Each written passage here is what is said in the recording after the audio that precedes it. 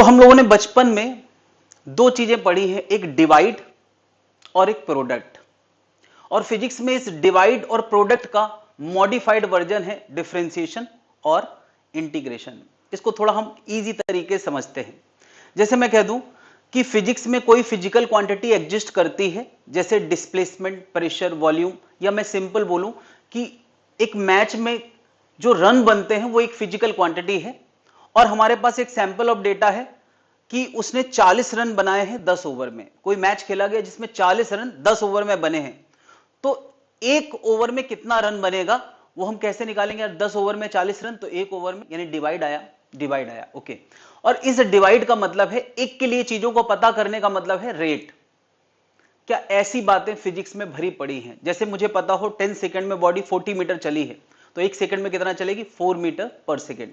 अगर 10 सेकंड में बॉडी की वेलोसिटी 40 मीटर पर सेकंड का अंतर आ गया है, तो एक सेकंड में अंतर कितना आएगा?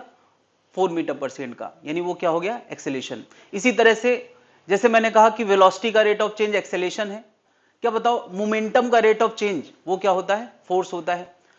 प्रेशर का चेंज वॉल्यूम के रिस्पेक्ट में, ऐसी फिजिकल क्वांटिटी नई नई फिजिक्स में आती रहेगी। तो फिजिक्स में जब हम dy बाई dx लिखते हैं तो इसका मतलब बेसिकली रेट है, या एक के लिए चीजें पता करना, यानी डिवाइड करना। जिसको हम अब तक डिवाइड बोलते जा रहे थे वही dy बाई dx है।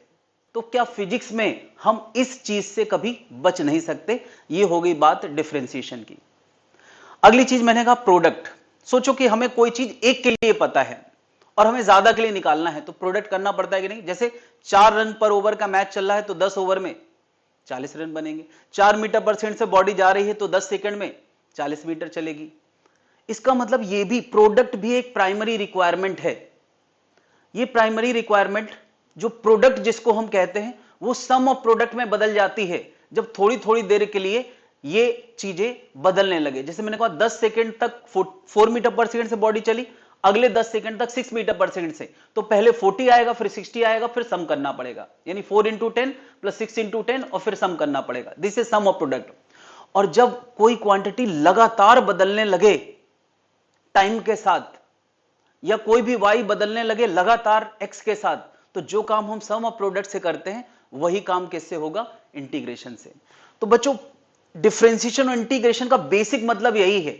इसको अगर डिटेल में पढ़ना है कि डिफरेंशिएशन इंटीग्रेशन के ऑपरेशंस कैसे किए जाते हैं, है ना, किसी भी फंक्शन का डिफरेंशिएशन कैसे किया जाता है, प्रोडक्ट रूल क्या है, डिवीजन रूल क्या है, चेन रूल क्या है, सबसे इंपॉर्टेंट चेन रूल जो अक्सर लोगों को समझ में आता है, ये सारी चीजें मैंने 4 घंटे के लेक्चर में कवर करी है। पहले हम मैथ्स पढ़ेंगे, टोटली मैथ्स, जिसमें कोई फीलिंग इन्वॉल्व नहीं होगी।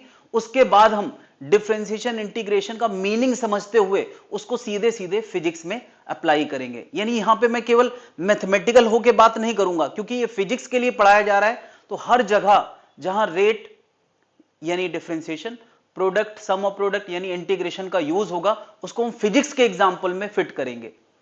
मेरे ख्याल से बात समझ में आ गई होगी। डिफरेंशिएशन के एग्जाम्पल मैंने बताई दिए। इंटीग्रेशन में जैसे वर्क डन है एफएस होता है, तो इंटीग्रल ऑफ एफडीएस भी होता है।